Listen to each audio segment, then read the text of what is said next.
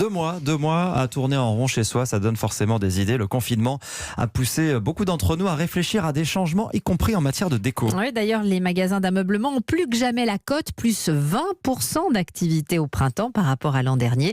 Clément Le Saffre a mené l'enquête. Je venais juste d'emménager dans un nouvel appartement, tout blanc. Donc à la sortie, j'avais qu'une hâte, c'est de mettre quelque chose sur les murs et de remplir un petit peu cet appartement. Comme Tania, les Français n'ont jamais été aussi mordus de déco. Canapé, table basse, table à manger, lit. Ils achètent de tout pour se sentir mieux chez eux, avec forcément dans un coin de la tête le télétravail, voire un éventuel reconfinement. L'enseigne Roche-Beaubois a constaté une hausse des ventes de 125% en juin. C'est le meilleur mois de juin de son histoire.